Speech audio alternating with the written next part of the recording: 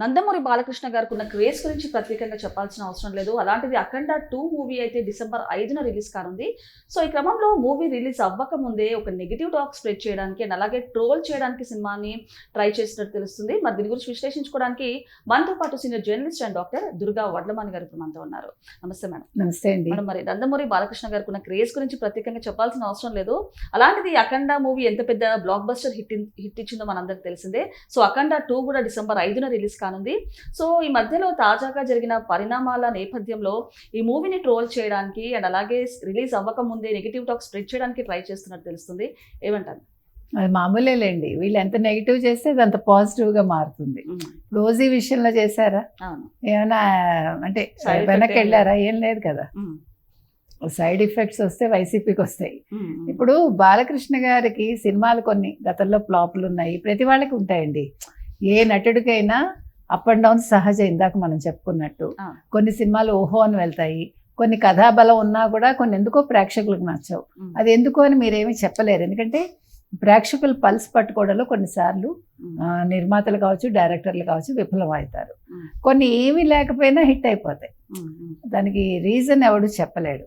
కాబట్టి అంటే ఒక ఫ్లాపులు ఒరవడిలో ఉండగా బాలయ్య గారికి మీకు తెలుసు, బాలయ్య పని అయిపోయింది, ఇంకా బాలయ్య అది ఇంకా సినిమా చరిత్ర లేదు అన్నట్టుగా మాట్లాడితే బోయపాటి శ్రీనితోటి సింహ తెరకెక్కింది. సో ఎంత పెద్ద హిట్ అయింది, ఎంత కలెక్షన్స్ పరంగా కూడా అది చాలా బ్రహ్మాండంగా ఉండింది. సో ఆ సంవత్సరం అయితే సింహ రిలీజ్ అయినప్పుడు ఇంకా ఏ సినిమా కూడా దాని దరిదాపుల్లోకి రాలేదు అని అంటారు.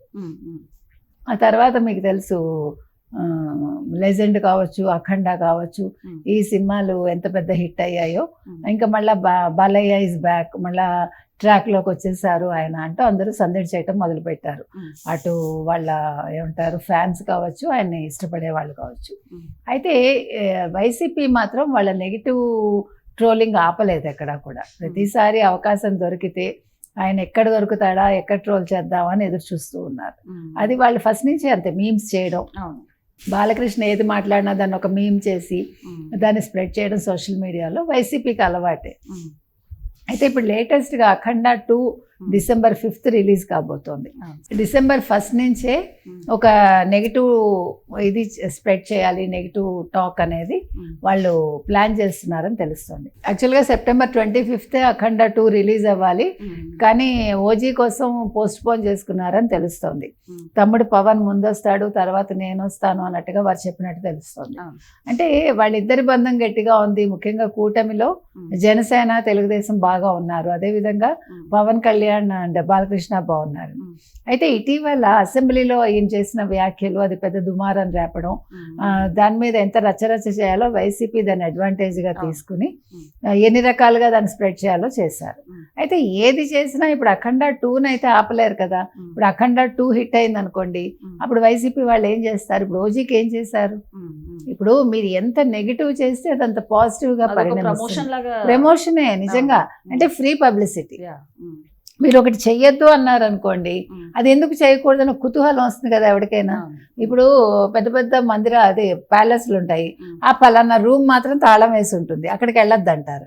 కానీ అక్కడికే వెళ్ళాలని చూస్తాడు హీరో కానీ హీరోయిన్ కానీ. అలాగా సినిమా చూడొద్దంటే ఖచ్చితంగా అది పబ్లిసిటీ అయ్యి, అంటే మౌత్ పబ్లిసిటీ లాగా మంచి పబ్లిసిటీ అయ్యి సినిమా హిట్ అవుతుంది. అండ్ ఇంకొకటి మేడం, నిజంగా కెపాసిటీ ఉంటే రాజకీయంగా మనం తేల్చుకోవాలి కానివ్వండి. మూవీ రిలీజ్ అవ్వకముందే అంటే ఒక హీరోని టార్గెట్ చేస్తూ ఇలాంటి చేయడం ఏ విధంగా చూడొచ్చు అంటారు? ఇప్పుడు వైసీపీ మెంటాలిటీ ఏంటో మీకు అర్థమైంది కదా. వాళ్ళకి ఆంధ్రప్రదేశ్ ముఖ్యం కాదు, తెలుగు ప్రజలు ముఖ్యం కాదు, తెలుగు ప్రదేశ్ అంటే ఆంధ్రప్రదేశ్ అభివృద్ధి చెందడం ముఖ్యం కాదు. వాళ్ళకి నచ్చినట్టు ఉండకపోతే ఆంధ్రప్రదేశ్ ప్రజలైనా తొక్కేస్తారు, వాళ్ళు సినిమాలైనా తొక్కేస్తారు, తెలుగు సినిమాని కూడా తొక్కేస్తారు, తెలుగు ఇండస్ట్రీలో నటించే నటులను తొక్కేస్తారు వాళ్ళు వైసీపీ వాళ్ళు. వాళ్ళ ఉద్దేశం ఏంటంటే వాళ్ళు మాత్రం బతకాలి, దోచుకోవాలి, దోపిడీ చేయాలి, బతకాలి, అడ్డొచ్చిన వాడిని నరికేయాలి. అది వాళ్ళ వైసీపీ ఏమంటారు మోటో అది. కాబట్టి వైసీపీ వాళ్ళని తరిమి కొట్టాలి. ప్రజలు కావచ్చు, ఫ్యాన్స్ కావచ్చు, రాష్ట్రం నుంచి తరిమి కొట్టాలి. ముందు ముఖ్యంగా జగన్మోహన్ రెడ్డితో దాన్ని ప్రారంభిస్తే మిగతా వాళ్ళకి బుద్ధి వస్తుందని నేను అనుకుంటున్నా. కాబట్టి ఎవరు ఏం నెగిటివ్ చేసినా బాలయ్య సినిమా హిట్ అవ్వకమాందు, వీళ్ళు చూడకమాందు. Okay madam, thank you.